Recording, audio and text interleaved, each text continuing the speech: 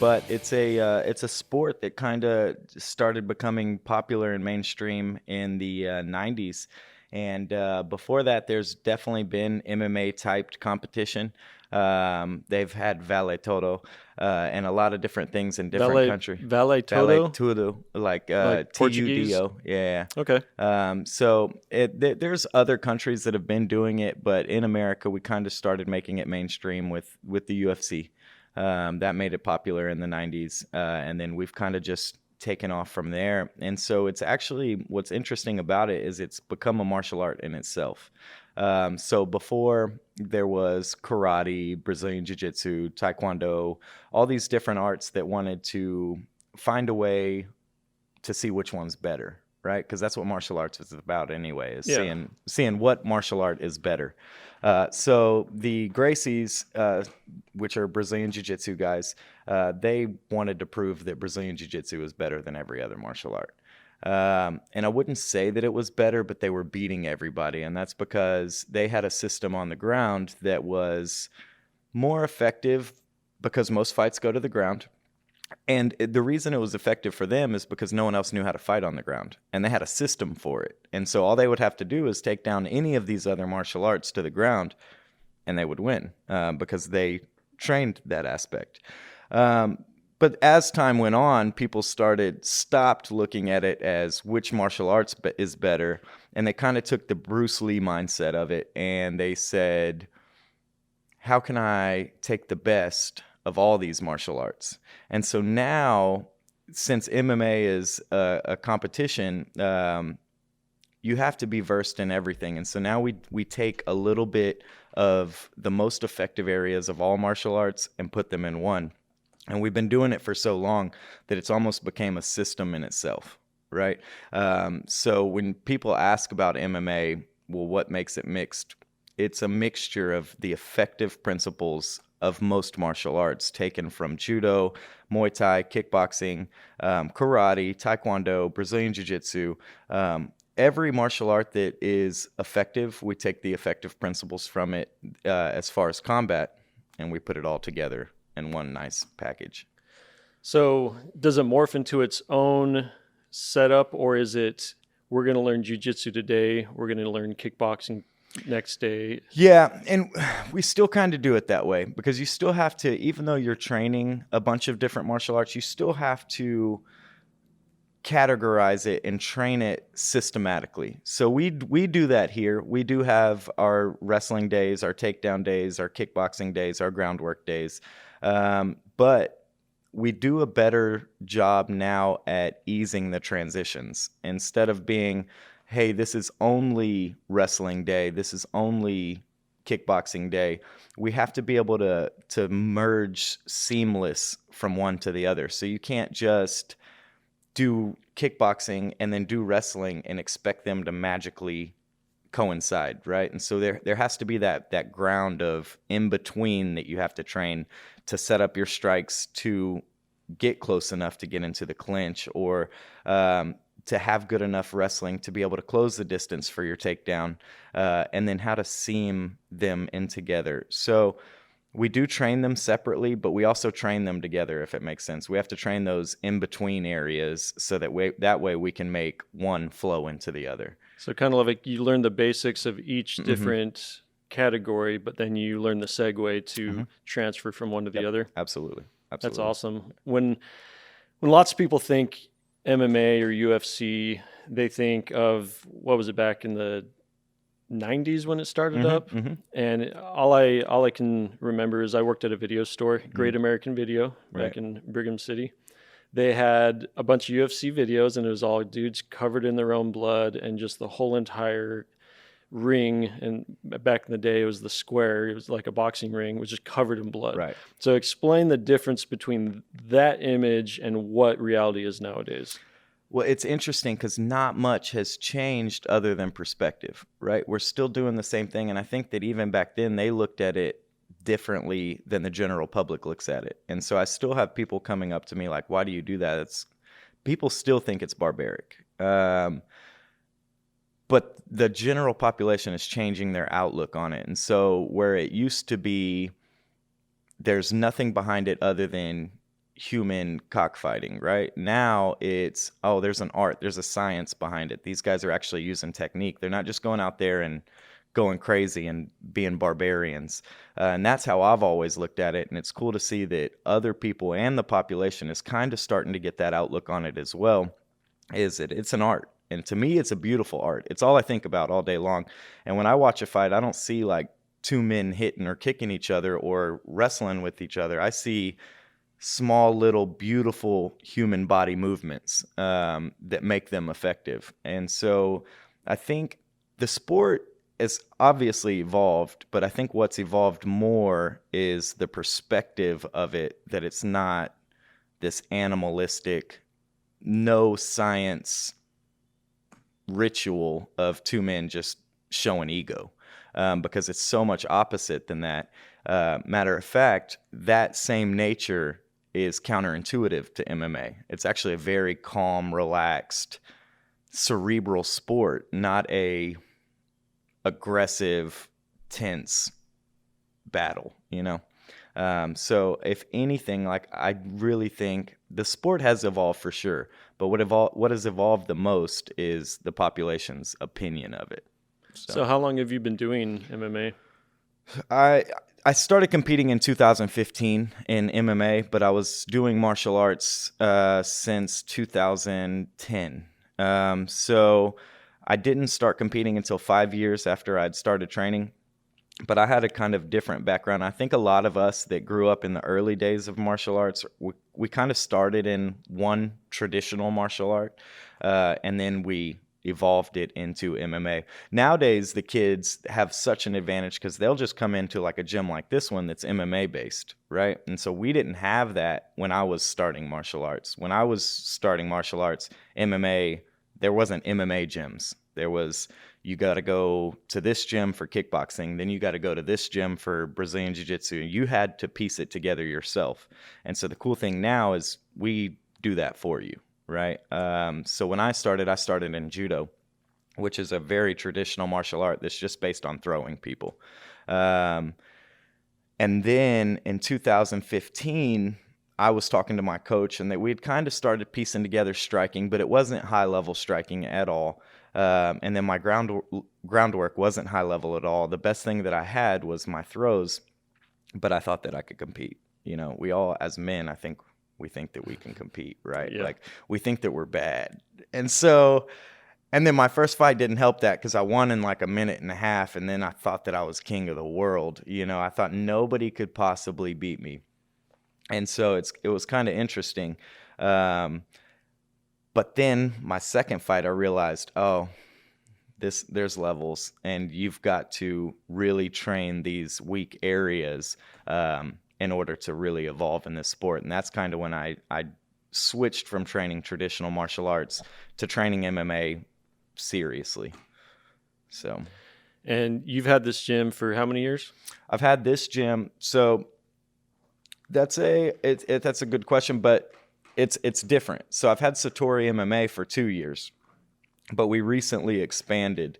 I started 2 years ago, and we were training out of my old coach's facility, the guy that I trained judo with at the beginning. Mm-hmm. And then he was renting out the mat to me, so I would just use that space, and then we just kept growing and growing and growing.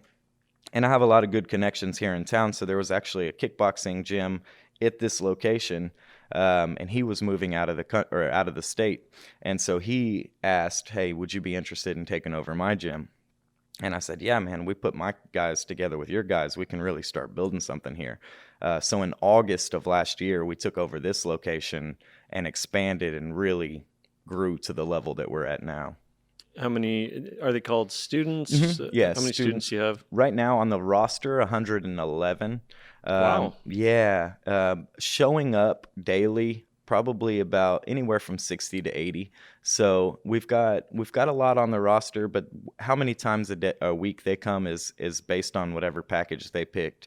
So some of them only come twice a week. So the chance of 111 people being here all at one time is pretty rare, but that's kind of like any other gym. Even the weightlifting gym I go to, they have 4,000 people, but 4,000 people aren't at the gym. Yeah. You know, So In fact, a small percentage is probably, I've had gym memberships that went untouched. yeah, for sure. And same, man, same.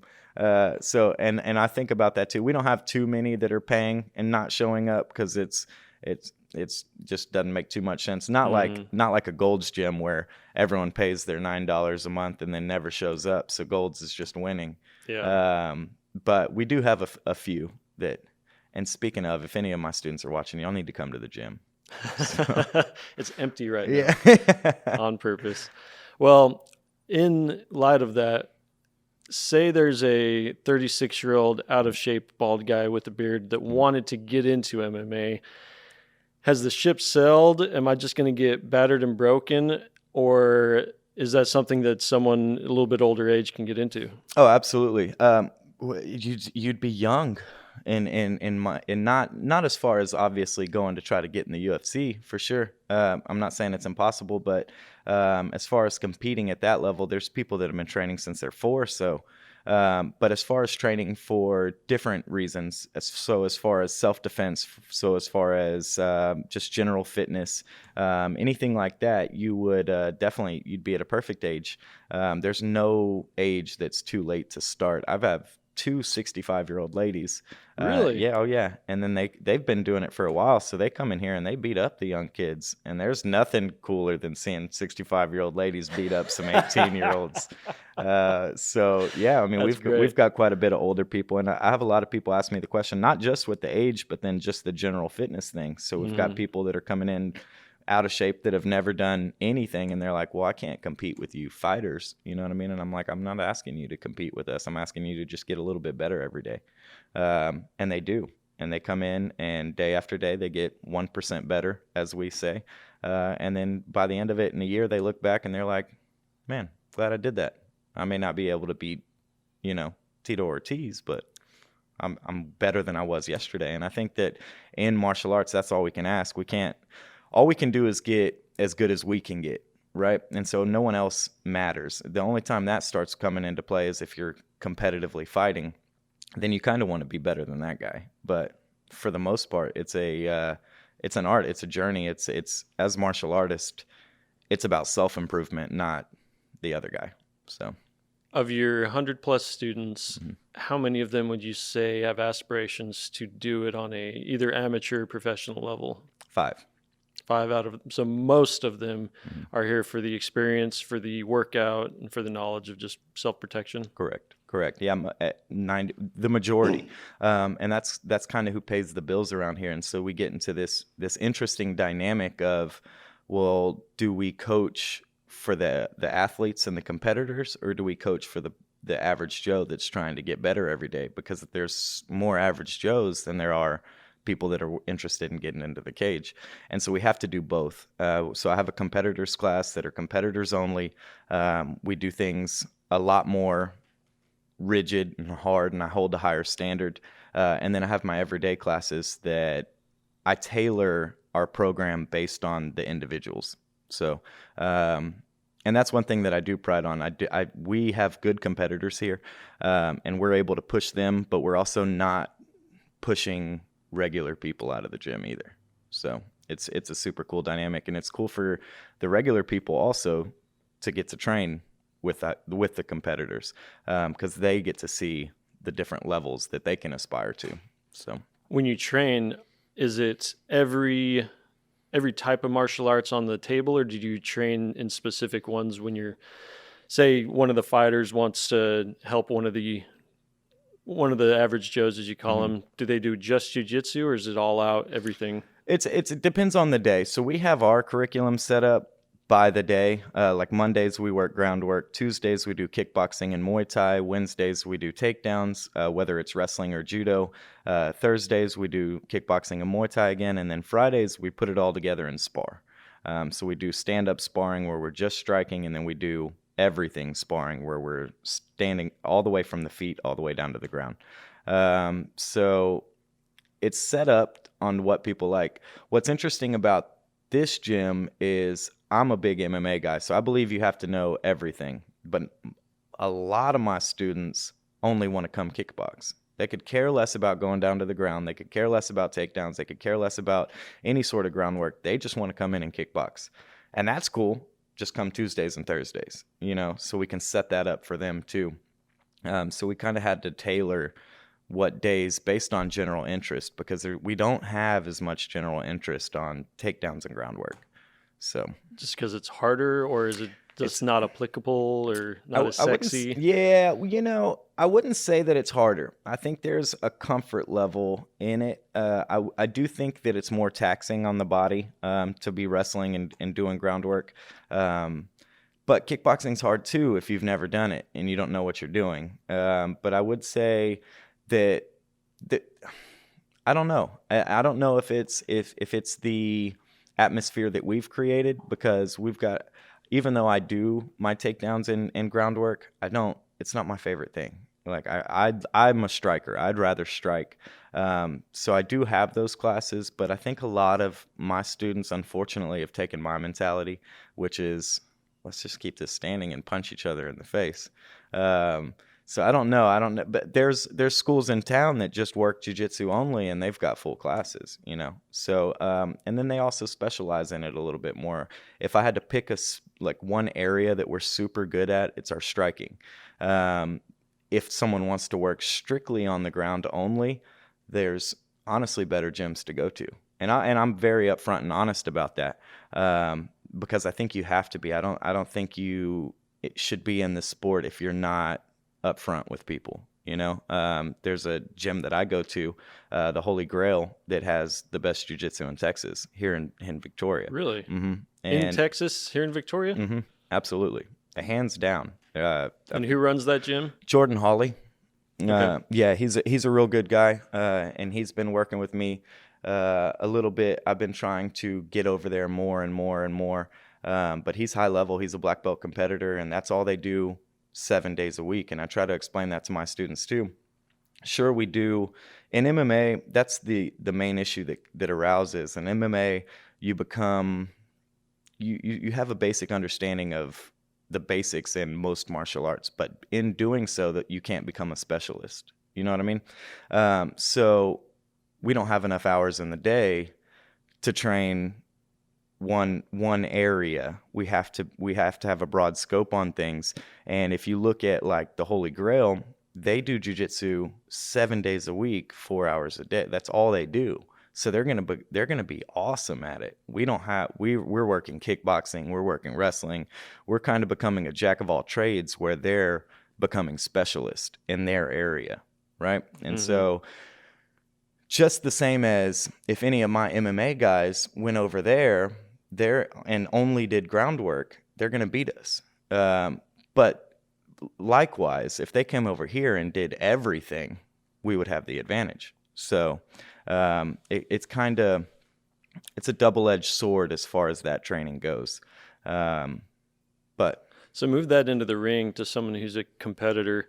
If someone is training a general MMA, they're not going to be an expert in any one item, but say they go up against a guy that is a black belt, high-level jiu-jitsu, what are the odds that, and same amount of time put in and conditioning, would you say one has the advantage over the other?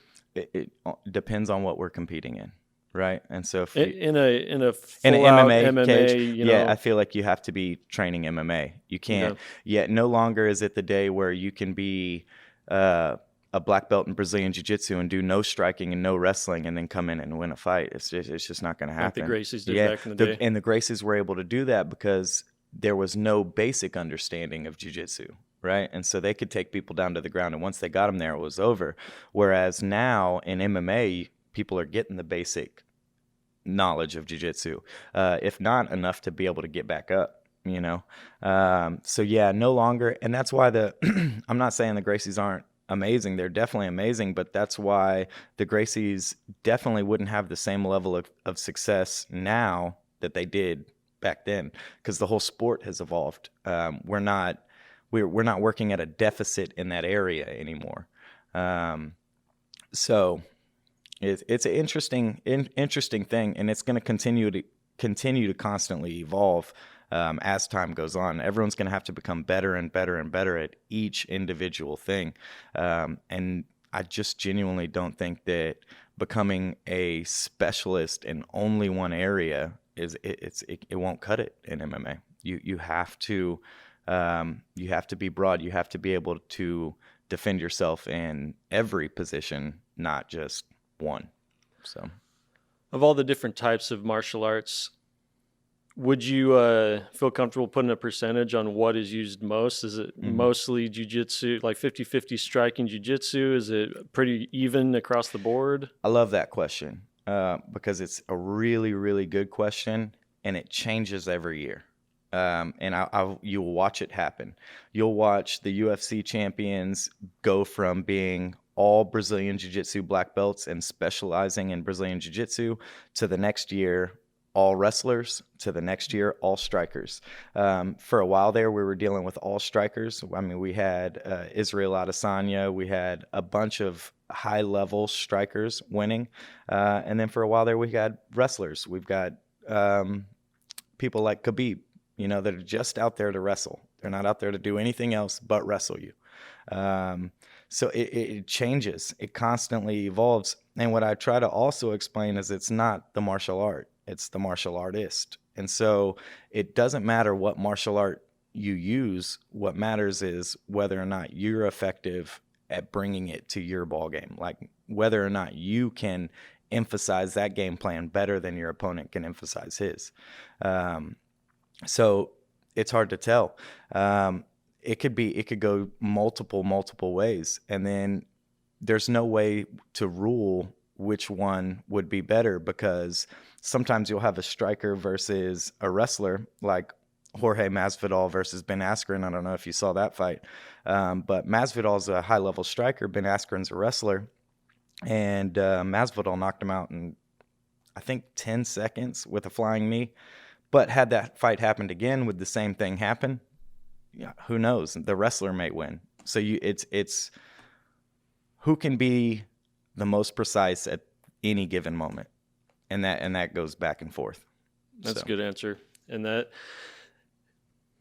when you made the decision to start fighting, are you considered professional, or are you on the amateur level still? Yeah, so I've been doing amateur fights throughout my career, and then I just made the decision to go pro.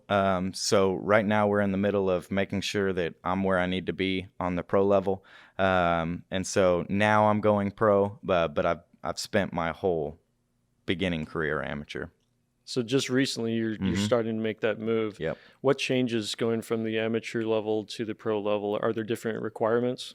No, the requirements are the exact same. And a lot of people ask that too. They're like, well, what do you have to do to go pro? And the answer is agree to go pro. Do it. Yeah. There's no like special requirements. Of course, the promoters want you to see you kind of build up a rapport. And so that's just going to make them more money when you come in. So they want amateur fighters coming in to go pro, ones that have typically built themselves up and have like a following that they can leech off of. Yeah. So there's not much though. The main thing that just changes is the level of competition. And what's interesting is people think that it's a crazy jump, but our amateurs are at a really high level themselves. But the big change is just the level of competition it's a lot harder. But I think my favorite thing about it is it becomes a lot more scientific because things matter a lot more at pro.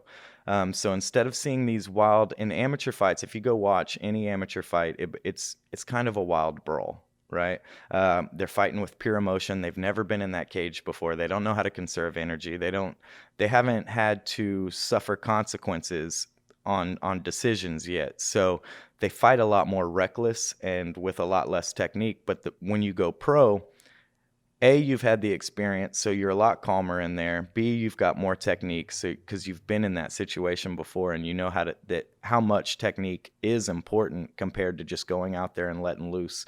And then B, you know how to conserve your energy more. So typically at pro, your fights are a lot, I would say, slower paced and more methodical.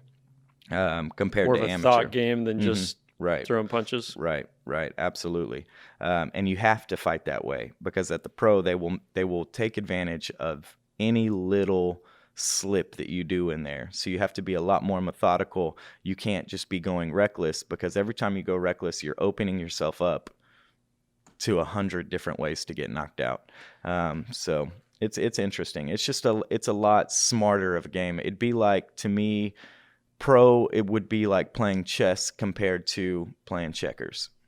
That's a big jump too. Yeah, it is. It is. So going to that higher level, I imagine there's a lot more involved than just making the decision. To get to the point to where you can actually hold your own. Right. How many days a week are you training? 7. 7? Yeah. How many hours a day? Well, owning a gym has made it interesting. So I do my weightlifting, my strength and conditioning in the morning. So that's an hour of working out. I try to get at least 2 hours of striking in personally every day. And then I've recently tried to add into my jiu-jitsu by starting to go to the Holy Grail. So it kind of depends on the day. But I also coach 4 hours every day. Every single day I coach 4 hours. The only days I don't is Saturday and Sunday. But even on Saturdays, I'm in here for open mat for an hour. So I'm training. I like to train 3 to 4 hours a day personally, and that's not including my coaching time because while I'm coaching, I don't get to get the work in that I need to get. So typically 3 to 4 hours a day. And I imagine it's not just the physical side. How much does nutrition play a part in it? 100%, especially the older you get. When I was 18, I could eat Whataburger every night and then just come train and burn the calories and I'd be good. But now that I'm in my 30s, I've got to be a lot more cautious on what I eat. So my wife does all that for me. She has a nutrition degree, not degree, my fault, a certification. A big difference. And so I don't want to disrespect anybody with degrees, but she has her nutrition certification. And so she does all my meals. She calculates my macros for me. She meal preps for me and has it ready in the fridge every week. So she does it all for me. I don't do any of it. That's huge. Yeah. It's a Props big deal. to her. Yeah, it's a big deal. And I wouldn't say it's easy for her because it's not, but I'm very blessed because she's super into fitness herself. So she's doing it for herself anyway. So adding mine to the plate isn't like she's just like doing something she's never done before, but still hard work for her. So shout out to her for that. Absolutely. There's no silver bullet on anything, and especially not nutrition. As we found over the years, I think when you and I were kids, what we had to eat, a lot of grains and saturated fats were killing us. And now we've realized that it's just completely opposite, topsy-turvy. It's really hard to trust any nutritionist right now. And you were talking about someone having a degree 20 years ago was worth crap. In fact, it was killing us. Right. And we could go all day about the diet that Americans have and how we're hundreds of thousands every year dying from it.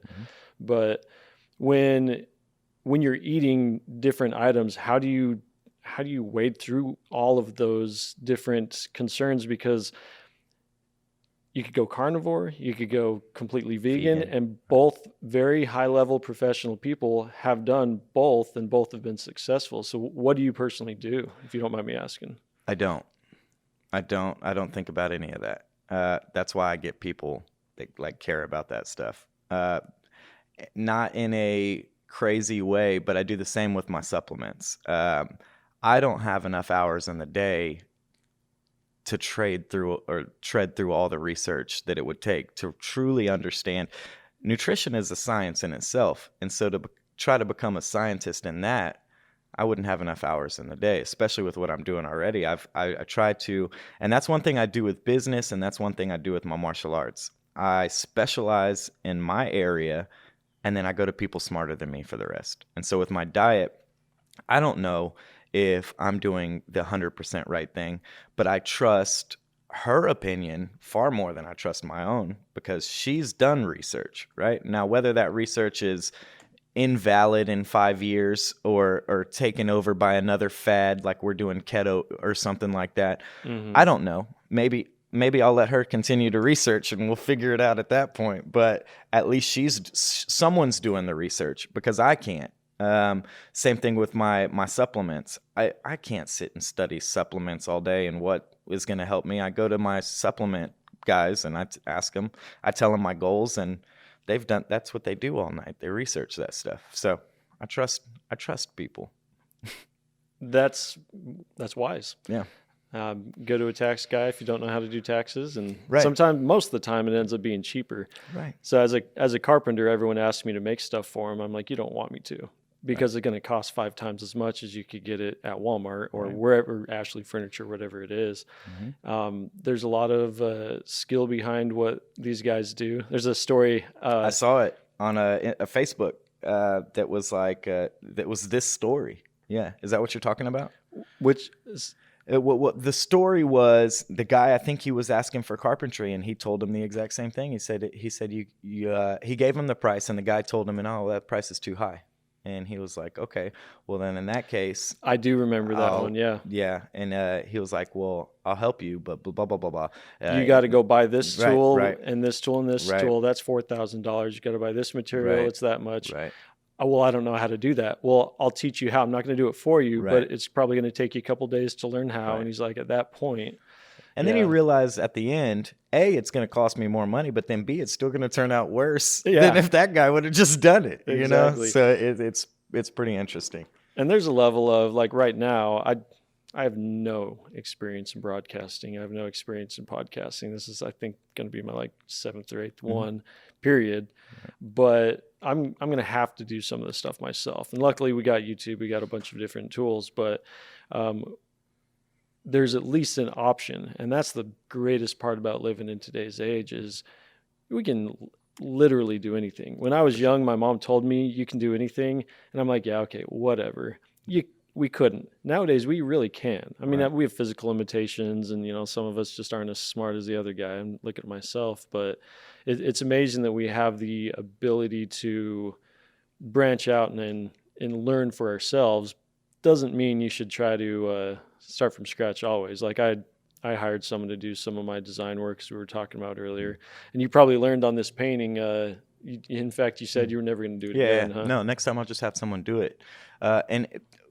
We also have that nature. It's that double-edged sword too, right? And so I had to learn that lesson the hard way a couple times. Like, I can learn anything I want online on YouTube quick, and I've done it before. But at the end of the day, it's still time is worth money too, right? And so if I have to allocate X hours learning something, and so many times, for instance, Photoshop, it's my nightmare. It's my arch nemesis. I hate it. I can't. There's plenty of videos that if I just spent 24 hours searching through, I could figure out how to do it.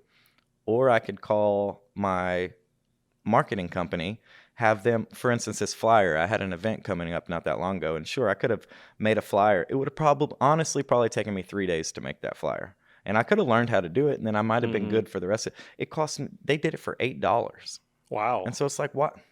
Am I really going to spend 3 days on something I could just spend $8 on, and then I can use the rest of my day doing something that I'd like to do? So same thing, man. I've just learned almost always it's better to have people. And then I don't want to be the head of all my show, right? Like, if I am, then I'm only as good as I can be. Whereas if I can build a team that's better than me around me, then I can be better than I was going to be ever.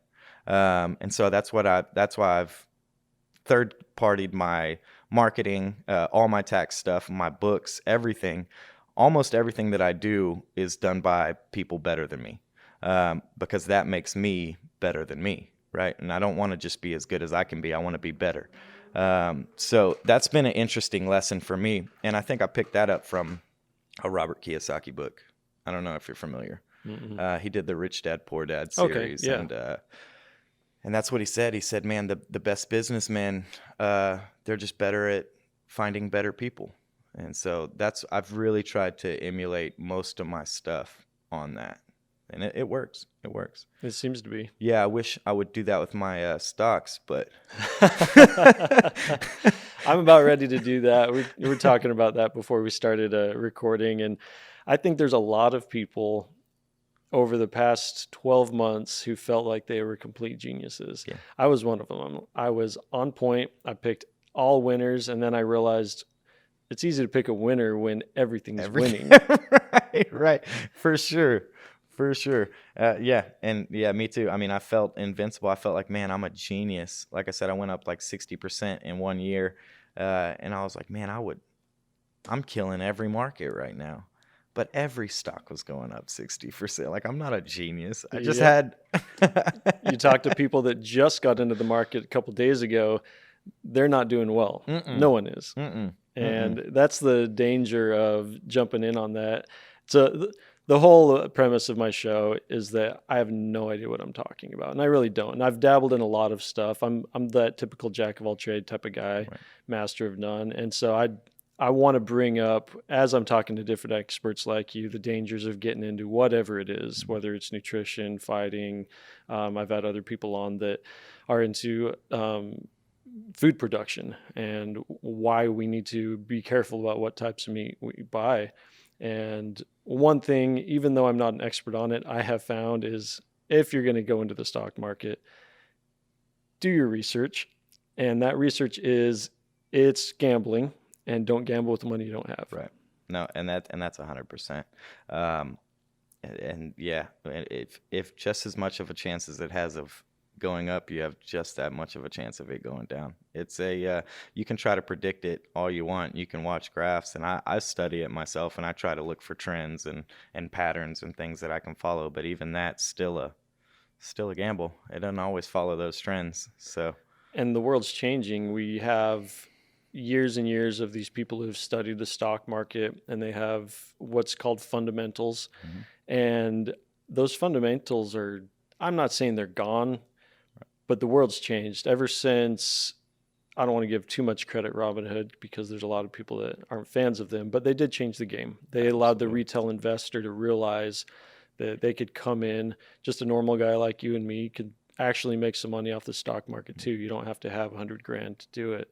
And a lot of very unwealthy people have made some good money, and not just in the US, but other countries. I think that's why I like crypto so much, is it's attainable for anyone in the world. And I lived in Brazil for a couple of years, and their currency, years before I got there, their currency completely crashed. It went to zero. Mm-hmm. And so people would literally have bags full of cash, and they couldn't buy a loaf of bread.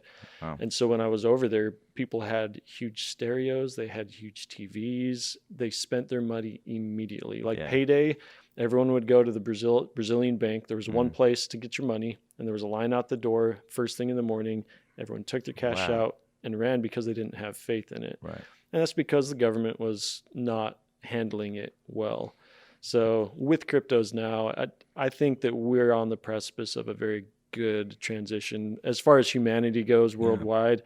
It's just something to where there isn't one person or one organization or government handling it, and we can finally get back to having faith in it. We're lucky because we live in the US. Right. We've had the dollar to booster us, but even the dollar's not untouchable. Well, that's what I was going to say too. I mean, even if you look at the dollar, every single form of currency has eventually crashed. I mean, it's in history. If you look back, we're due. You know what I mean? We've rode it out for a while, but I mean, it's a matter of time, honestly, before things change. And if we don't believe in that, then we don't believe in any of history. Right. So for sure. And I think crypto is kind of looking like the next thing. It's scary for sure. But if you're not riding the train, that's even scarier. And why do you think it's scary to most people? There's a couple reasons, man. I don't want to get into too many crazy reasons. But religiously, there's people have issues with it because really, I haven't heard that. Yeah, man. Because in Scripture at the end of times, one of the signs is having global currency, all unite. It's in like Revelations that once there's no individualized currency and it all becomes one currency for the world, that it's a sign of the end of times. Now, I'm not going to go too crazy into that. Is that a good thing, though? Yeah, I mean, for sure. Christian Especially if you believe, yeah, for sure. I don't see why not. For sure.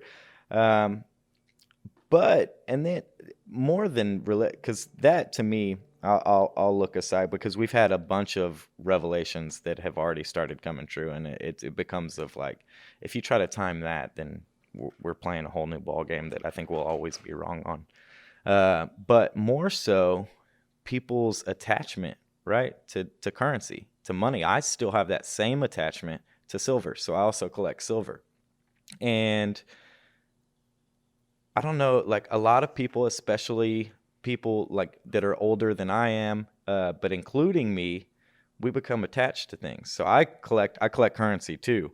Anytime I'm in another country, I collect currency. Now it hasn't done me well. I lose money on it because almost every currency goes down after I buy it. It seems, but I think there's something to be said about being able to hold money, right? And so that's why I like silver, because I'll buy my 30 ounces of silver and I have these cool little coins I can play with, right? And so I know it sounds stupid, but I like doing it. So sometimes I'll just go into the safe and just play with my silver. Sounds You're dumb. a dragon. It sounds dumb, man, but like you see these pirate chests, you know what I mean? Like it's just so you can touch it, you know? And with crypto, you cannot do that. Touch it. You can't. And that's the same reason, yeah. I don't know, man. It's different. You can't touch it. Most of us don't even understand it yet. No, I pretend I do, but at the end of the day, I don't know. I let me put it this way. What I think crypto is, and when I say crypto, let's just talk about Bitcoin, because they all have their different little nuances. But Bitcoin, it's blockchain technology, which theoretically you can't hack. It's a million different people across the whole entire world, and even if you take out 500,000 of them, the other 500,000 keep the books, right? So it's untouchable by anyone, and it's shared, so you can be a part of it and know that it's legit. But I don't know that. I don't know. How do I prove that? Yeah, how do I prove? Maybe it is just one dude with one server that's got us all conned. I don't think that's the case. Yeah. I truly believe it. I've talked to people smarter than me. They've looked into it. They understand it, and they say, yeah, that it is what they're saying it is. Now, whether we all trust in it, whether it goes up or down, that's really just going to all depend on us and whether we do. But at the end of the day, I think another country just a few days ago, their currency completely crashed. I'm not going to take a stab at it. I think it started with an A. Okay. Albania, Algeria. No, I have no idea. Okay. I sound like an idiot most of the time on my podcast, so this is not new. But no, it's all good. One of these days, I'll have a guy over there like looking shit up for me. Yeah, like big old screen right there. Yeah, Joe Rogan's guy. I need a young Jamie. Yes. Any young Jamies out there, hit me up. Job opening, that's for sure. But it does come down to, I don't think you or I, or really most people, are experts in it. So we have to go with what we feel is right, what we feel is good for us and good for those people around us. And at the end of the day, it's all guesswork. Yep. If you get enjoyment out of it, then there's value right there. And that's what I've really enjoyed about messing around with the stock market is it's entertaining. It's a cool thing to learn too. It's a cool thing to, I think, become knowledgeable in. That's one of the things. Like I said, I don't like to become knowledgeable in too many different areas because it just takes my time away from the things that I need. But investing, and especially the stock market, is one of those that I felt a necessity. Especially as just, if anything, I don't mind. Even now, I'm fairly young in the broad scheme of investing, right? And so I don't mind losing money now if I learn from it, because in 20 years, when I've really figured some stuff out, then I'll feel like, man, that was well worth my time, you know? Yeah. And the chance of really making a good amount of money is there. I mean, I may not, but. And you may find out that it's better to get a painter, and sometimes it's better to get a financial advisor and For go. sure. But For sure. I enjoy doing it myself. I probably will just find someone to. It's not like I have a big stack of cash to throw in there anyways, especially because I'm investing in myself on this crazy venture that I'm doing. But on that point, I actually did want to pick your brain, because it's not easy to make a decision to leave a stable job and start out on your own venture. Was it just the love for MMA, or was there some other catalyst that pushed you to say, you know what, I'm going to take this risk and, risk be damned? Right. Well, I did the safe route, right? And so I don't recommend most people just throw everything out and then just go try something new, right? You can, and you'll be successful. I'm not saying you can't be, but I didn't. I was too scared, right? And so I opened my business while I was working, right? And then I waited until the business could fund my passion before I made the switch, right? I think I could have done the same thing though, had I just quit earlier. But I think just human nature had me hesitant. I got bills and I've got things that I had to take care of. So I'm also very fortunate that I could do both, because not everyone can, right? Like, so I could own a gym and work because I was bartending, right? And so I had time in the day to do both. So I didn't have to really risk too much, and I didn't stop bartending until I no longer needed to bartend. So it's one of those things. And I always recommend, I tell everyone, we talked about it a little bit before, as people say, or the video that I watched said, what would you do if money aren't an option? And I think that's an important question, but I don't think that it means necessarily that everyone should just go jump ship and become a travel vlogger without an income. Yeah. You know what I mean?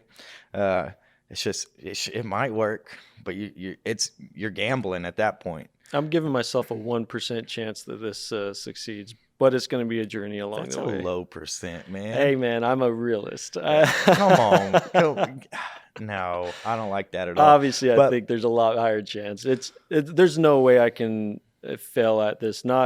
That's right. Yeah, there really isn't, because at the end of the day, I'm having an experience that I never would have been able to have.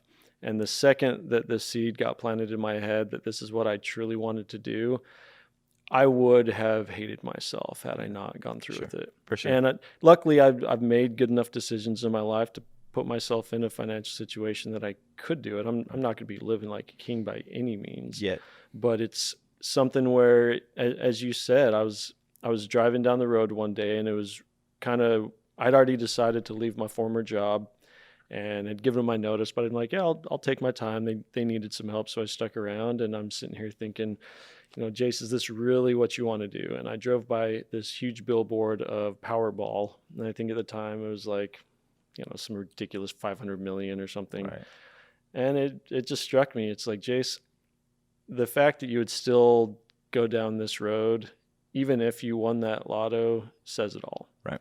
And if it doesn't become I plan on working on the side regardless. I'm just going to have to. Right. And there's nothing stopping me from, getting my tools out and building homes again, and still doing this on the side. And who knows, maybe in 2 months I'll hate it and I'll quit.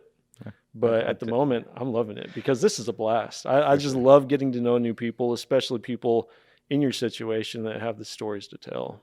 Yeah, man. And I just don't see, and maybe I'm just naive on the other side, but I don't see the failure in doing what you love. I refuse to believe that anybody goes out and does, it could be the dumbest thing. And I'm not even saying dumb, because dumb's a matter of, opinion, but it can be something that I find completely ridiculous. Like someone could tell me, man, my passion is to go put bows on turtles and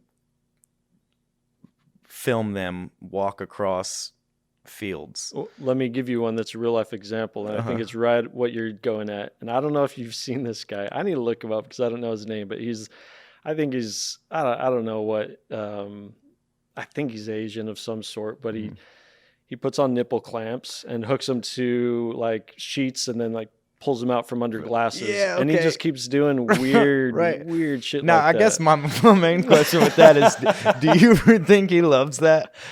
Yeah? He always got a smile. Okay, all right. And so, perfect example. But just because I'm not interested in it, if he's interested in it, guaranteed other people in the world are too. We live in such a big place that no matter what you're interested in, someone else is interested in it too. Yeah, absolutely. So it's just a matter of trucking along and finding that group of people that has that same passion. So I feel like there's no failure in doing what you love, because guaranteed there's other people out there with that same passion that will support you. Mm-hmm. So I think people think that it's going to be an overnight thing, right? I thought that too. I thought that when I was building my first business that it was just going to be overnight success. And it wasn't. It's every month is trial and error. Every month is looking at things, trying to figure out what works, what didn't.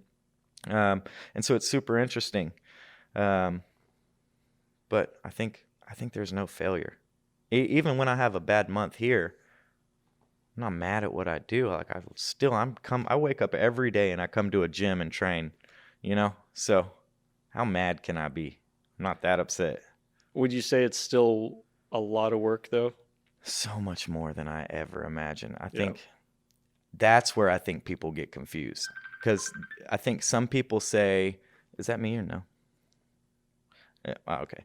I think some people say that if you do what you love, you'll never work a day in your life, which I completely disagree with. I think that if you do what you love, you work so much harder than anybody else does. And so I think that logic is backwards because I work relentlessly on this gym and in areas that I had no idea that I was going to have to do. So like I said, I like to delegate a lot of the jobs out, but there's some that it's just not financially responsible to. So I don't have a janitor in here. So for 2 hours a day, every single day, I'm in here cleaning toilets, mopping mats, vacuuming the back. I don't love that. That's not, I do it and I actually don't mind it because I love everything else, but there's so much work behind the scenes, phone calls, the back end work, even though I have people doing these certain things for me, I still have to communicate with them. We still have to be on the same page. So there's so much back end work that needs to be done. And then on top of constantly evolving as a coach, so I can't just come in and coach the same stuff every day. I've got to get better every day too. And so there's just so much work involved that I just had no idea. I think when I first started, I was like, yeah, I'll just come in and coach every day. Of all of it, I probably coach 10% of my day. Mm-hmm. Like the rest of it is setting up for that. So it's a lot. And I think in any occupation, it'd be the same way. Right. Yeah. So, I've learned that the hard way, and I expected it was. I've been in enough industries to know that the facade is never reality. Right. There's like you said, it's an iceberg. 90% of it's under the water, mm-hmm. and you just have to figure out what that is. And it is a blast. This is honestly is my dream to be able to sit down and talk to people and be able to potentially, hopefully, make a difference in the world and spread at least some bullshit, but most of it hopefully is good. Right. But this is really a small portion. This is an hour of us talking, and then I don't know how many hours it's taken me to get to this point because I don't know what the hell I'm doing. Yeah. Just to edit this one setup is going to take, each time it's a little bit less and a little bit less, and that's what you have to look forward to, is investing in yourself to where eventually someday it's going to be what you dreamt it was. Right. And I'm sure you don't hate it. Sure, it's not your favorite part, like setting up and breaking down and editing especially. Oh, editing. What a nightmare. But I'm sure that's not your favorite part, but I'm sure you don't hate it. You know what I mean? Well, it's not whether you hate it or not. It's what else would you be doing if you weren't doing this? Yeah. And I have options, and I'm going to try this one out, and we're going to see where it takes us. But at the end of the day, I got a smile on my face. So sure. If I can say that, then I'm doing something right. And you get to, I like the idea. You get to go around, you get to meet a bunch of different people. And I think that's cool to be able to get different people's perspectives on things, which it's like traveling, right? It only broadens our self by communicating with other people. That's one of the main reasons why I love traveling, is because you get a complete different perspective, which then in turn changes your perspective, which just makes you grow as a person. So that's pretty cool as well. And I don't think even Joe got as smart as he did by himself. I think that every guest he has on there broadens his horizon, which now has him at a level of, well, let's not talk about his level, but that's DMT. Yeah.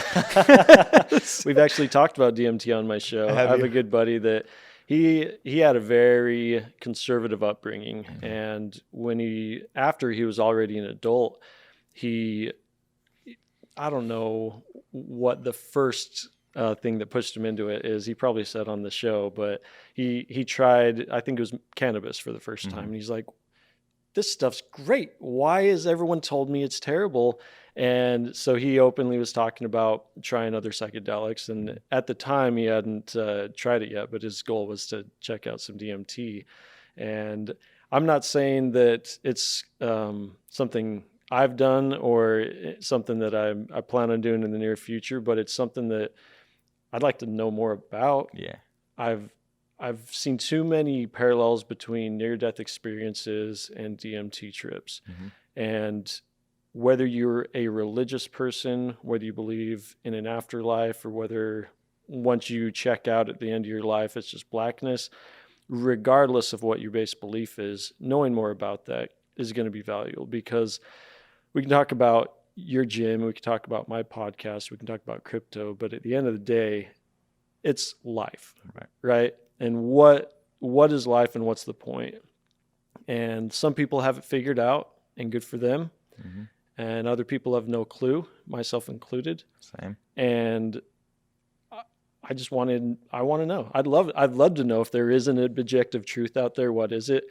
I fully believe that not a single person on the face of the planet has ever known, but that's just my opinion, and I could be wrong. Well, and do you think, but on that same token, do you think DMT has the answers? But I don't, or is it just a perspective thing, right? And so, sure, I'm sure they go into Neverland or wherever they go, and they have this epiphany and see things they never saw. But at the end of the day, it's still in their brain, right? And sure, it took a drug to get that out, but if it's in their brain, then it can't be. Maybe it can be. Can it be the answer? You know what I mean? Or is it their answer? I believe there's no single answer. I'm going back to the silver bullet, right? I think all of us have had experiences in our lives that during, a million things going on in our head, there's one little flash of pure truth and genius, and we recognize it, and we're like, wow, that is true, right? But it's just a tiny little minuscule fraction of what the full painting is. And I don't think that any of us have the capacity to truly see all those flashes all at the same time, see the full picture. But I think through experiences, whether it's meditation, whether it's just having conversations with people, or pain and suffering a lot of the time brings it out, we can have these little flashes and glimpses of what that truth is.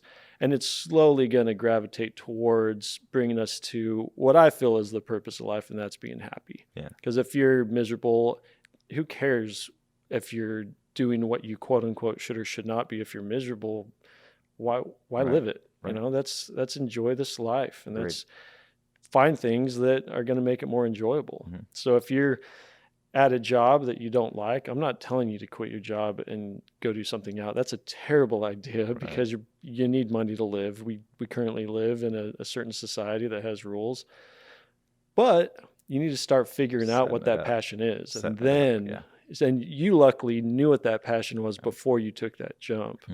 And I think that's really what we need to look at. And for a lot of people, and I think the majority of people, when they truly look at their passion is their family and peace and sustainability. And it doesn't matter what job you're doing, because you live for the evenings and the weekends, and that's perfectly fine. In fact, that's the life I'm probably going to go back to, which the editing side of this is a whole other job in and of itself. But I'm going to, for myself, I'm going to stop focusing on what I'm supposed to do and not supposed to do, and start trying to just maximize a sustainable happiness, and for those around me as well. Sure.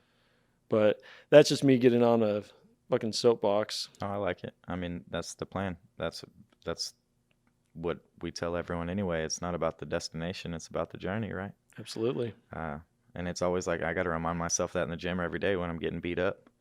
I love this.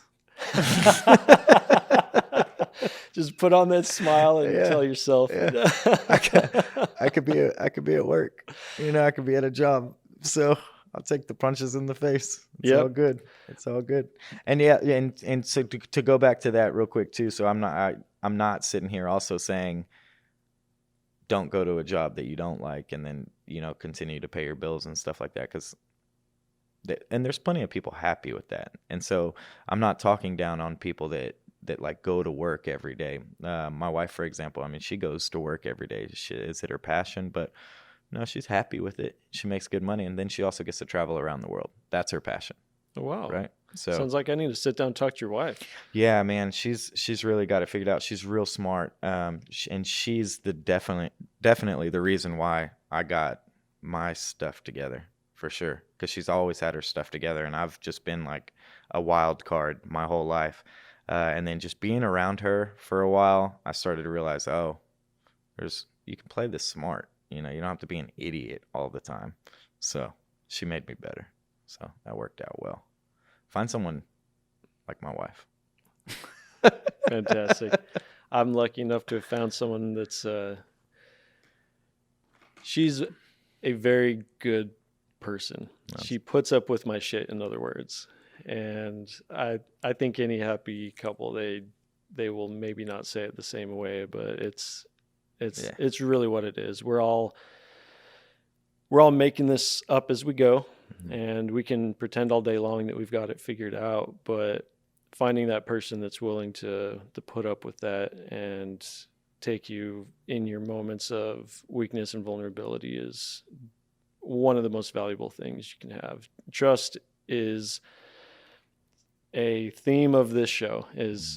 I'll always bring it back to trust, because the only thing that we have, and whether it's a relationship like we're talking about, or whether it's just society in general, it's trust. The only reason we're doing this podcast and able to put it out there is because you trusted that I wasn't going to come and destroy whatever you got going. I mean, we met through, I think, a random Facebook friendship, and the only way that you have students come to this gym is trusting that you're going to give what you say. And if that ain't the purpose of life, or at least a big part of it, then I don't know what is. For sure. So one thing I did want to ask you is how young is too young for training in MMA? 4 is borderline. Okay. I start at 4, but some 4-year-olds, let's say 5. Okay. We'll go with the safe route. Yeah, I start at 4, but here's the deal, man. Like, there's a fine line between coming in and coaching and then being a babysitter. And one thing I didn't sign up to do is be a babysitter. I come to coach. That's my passion. I want to share the knowledge that I feel like I've been gifted with to other people. And I feel like if you're too young to learn the knowledge, or you're just, it comes more down to attention span. So I think sometimes they want to learn, but their attention span at that age is just so all over the place that it becomes a struggle. And every once in a while I'll get a 4-year-old in here that's just on point. But it kind of just depends. So my number is 4, but I think it's based more on, I hate to say it this way, but just maturity level. And I think that just comes at different ages for all people. Like I wasn't mature till I was 30. So yeah, I'm almost there. I'm asking because I have a 7-year-old daughter, and I imagine you have both men and women. You were talking about your 65-year-old ladies, so obviously gender doesn't matter. I don't think that she would have the attention span, even at 7. I do. You think so? Yeah, and that's one cool thing too. So like I said, some of them don't have the attention span, and I'll still take them in, and we try to create it. And so I have a 4 to 8-year-old class and then a 9 to 16-year-old class. And my 4 to 8-year-old class is real basics, but it's more so than learning the technique of fighting. One thing that I pride us on is that we learn discipline first, right? So they come in here and I hold them to a high standard. I'm not nice to them, and they end up wanting that. They want that structure. At that age especially, they really yearn to follow rules and be held accountable and then be rewarded for it. So at that age group, the 4 to 8-year-olds, it's learning the basics, learning your footwork, learning just proper basic fundamentals of your stance and everything like that. But the number one lesson they learn is discipline. So They learn to be respectful. They learn to sit in line. They learn to follow direction. And I think that's the important thing to learn at that age, because then they're tailored to go into my 9 to 16-year-old class, having that foundation of knowing, hey, when my coach tells me to do something, I do it. And when my coach tells me to go take the line and not talk, I do it. When I'm not trying to create a bunch of little followers, but at the end of the day, if you're going to be, it's very important skill to learn to be coachable. If you're not coachable, you're going to not get very far in anything, right? Because you have to be able to learn.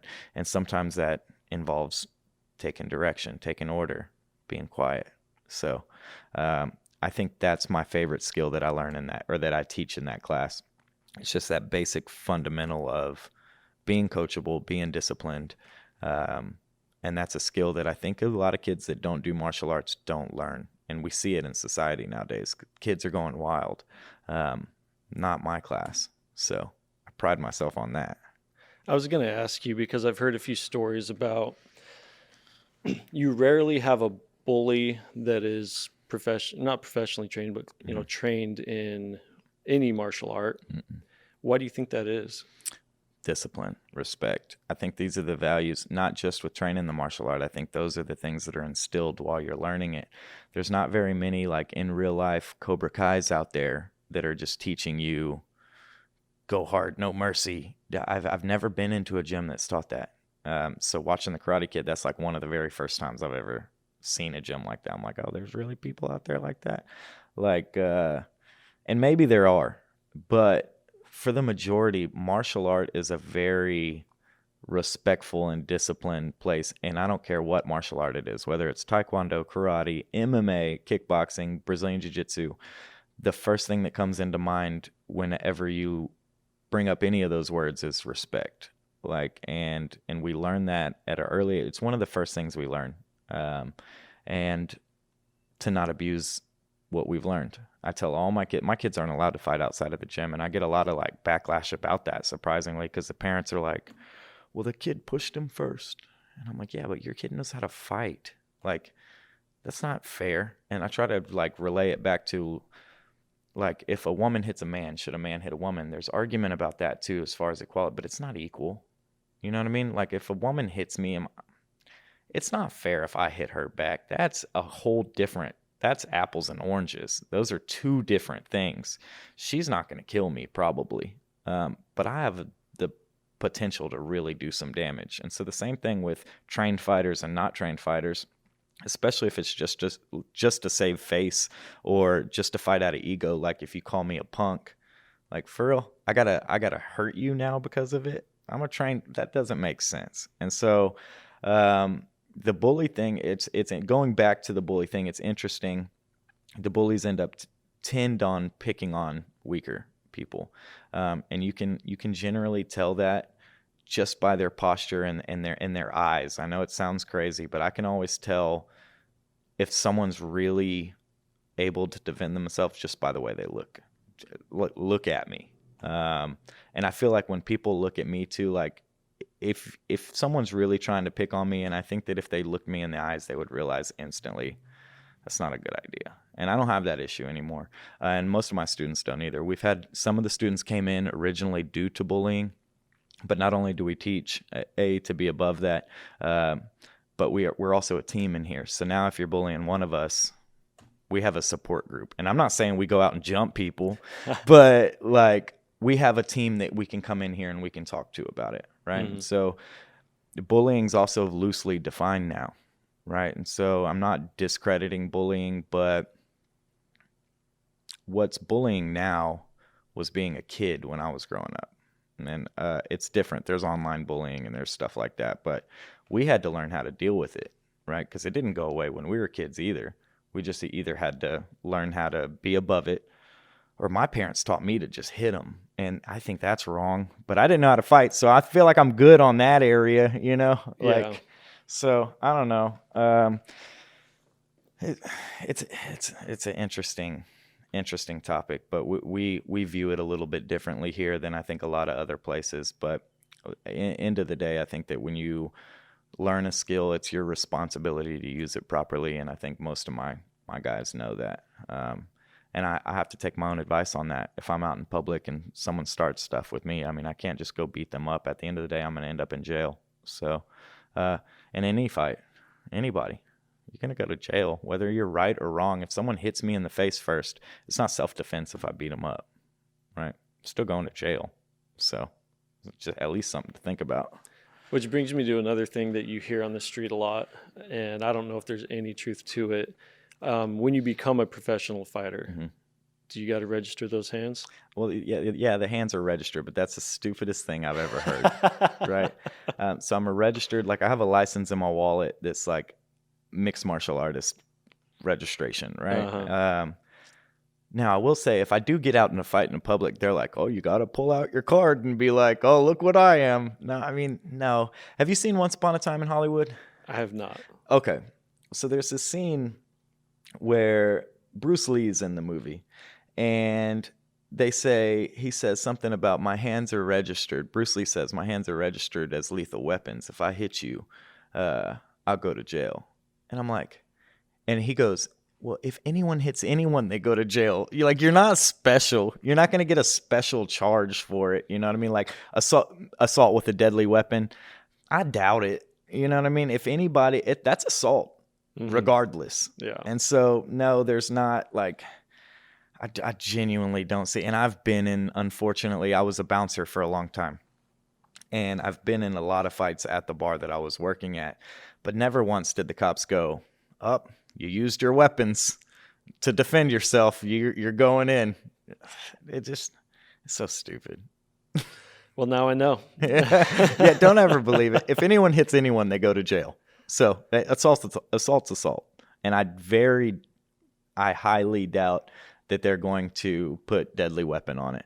Conor McGregor just hit a 80-year-old man in the bar not that long ago. I didn't hear about that. He didn't get assault with a deadly weapon. So I'm pretty sure if Conor can get away with it, amateur fighters can get away with it. Well, at least it's kind of an asshole thing to do. Oh, yeah, it was a real think jerk Conor move. was above that. Yeah, you would think so too, but alcohol is a hell of a drug, Yeah. you know? So he's obviously not perfect. No one's perfect, and he definitely made the wrong call on that one. So, and he's having to deal with the repercussions on that too. Probably too much proper 12 in the system. Yeah, hands down. And I think the argument aroused from him trying to give the guy a shot of proper 12 and him refusing it. Apparently in Ireland, that's really disrespectful. I wouldn't know. Proper 12's not good, so I wouldn't have taken it either. But I found that out the hard way. Yeah, I wouldn't want to get punched for it. So it is what it is. I did try some of that stuff that Rogan's always pushing, that Buffalo Trace. Have you tried that No, yet? I haven't. Worth every penny. Really? It's just, that's one where you can legit drink neat and it's enjoyable. Yeah. I've had scotches to where after I throw a couple cubes in there and I'll enjoy it, but no, it's smooth. It's really good. Interesting. So I'm not trying to push Buffalo Trace, but yeah, this podcast paid for by Buffalo Trace. Story Mixed Martial Arts. Maybe I'll throw an ad together and we can get my little 7-year-old in here. Sweet. Yeah, let's do it. Well, one thing I wanted to touch on, and we've been doing this for over an hour, but I did want to actually bring up one thing, and I don't know if you have had any come into contact with it, but in any professional sport, you're always going to come into contact with those people. They're going to do anything at all costs to win. And you see it in cycling, you see it in baseball, football. You're going to have different performance enhancing drugs or methods. Do you see that a lot in mixed martial arts? Yep. Everybody. Every single, like Nate Diaz said, everybody's on steroids. Now, whether they get caught, that's the different thing, because there's always the new steroid out, right? Now, with that said, I'm not taking steroids to answer your question, but I think especially at the highest level, 90% of them are, and they're coming out with new versions every month, new sciences to be able to beat the test. The test only catch up to whatever the current version of they've figured out. Then it's time for the next guy to move on. Steroids are always a step ahead, and I think they're in every sport still. The debate then becomes not how do you get rid of steroids, in my opinion, it becomes, how do you make steroids regulated, right? And so I have no, if steroids are used properly, now I don't do the science on it and I don't do steroids, but I would if it was legal and I wasn't getting tested for it and I had like a scientist that could help me. Yeah. But there's obviously benefits to it, right? We're in performance sports, or in my situation, I'm in a combat sport. So my job, in order to preserve my health, is to perform as good as possible, right? So you can see the allure alone of taking steroids, right? It's not just whether I win or lose the game on the line. This is whether or not the damage that I have for the rest of my life is little or significant, right? And so we do everything necessary to make sure we have the edge. It's what we do. Now, you take steroids aside, that's still the logic. If I have a fight coming up, my job is to get as much of an advantage over my opponent as possible, which is why I'm going to try to cut more weight than him. I'm going to train harder than him. I'm going to eat cleaner than him. I'm going to do everything I can to make sure that I have an edge. I'm going to research him before going in, right? And so steroids is just one more edge, right? And so you can see the allure alone of taking it, especially in these high-level sports.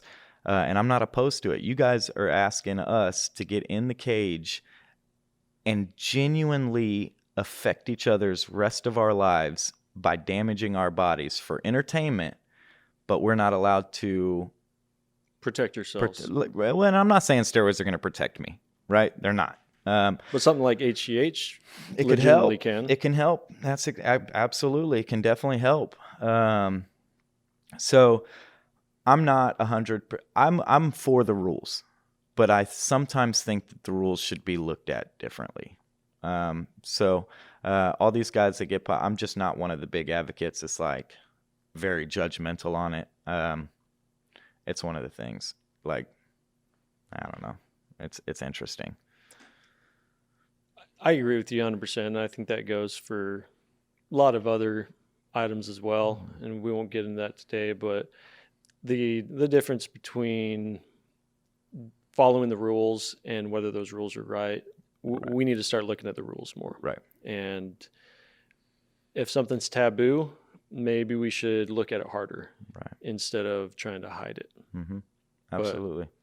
Well, I can't thank you enough for taking the time. I know you're a busy man. There's no amount of time in your day that isn't valuable. So coming out and doing this and let me into your home and be able to pick your brain is very valuable, and I appreciate it. Absolutely, man. I appreciate it too.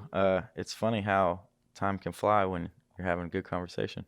It is. In fact, I was telling you before, the last episode I did, it was with one of the partners of a restaurant chain here in town, and I asked him, when's the last time you stared into another guy's eyes for an hour? And I didn't say it like that, but people are going to call me out. They're like, that's not what you said technically. Right. I'm like, great. No, I'm recording myself, calling myself out, but there's a lot of value in it. And that's not to get back into, me more, but that's the main reason I'm doing this. I really think that just people talking it out is going to push the dial in the right direction. And we're talking in a global scale, but it really does take just one person doing a little part, and you're doing your part in your passion, and I appreciate you being a part of mine. Yeah, man. Thank you so much. I appreciate you.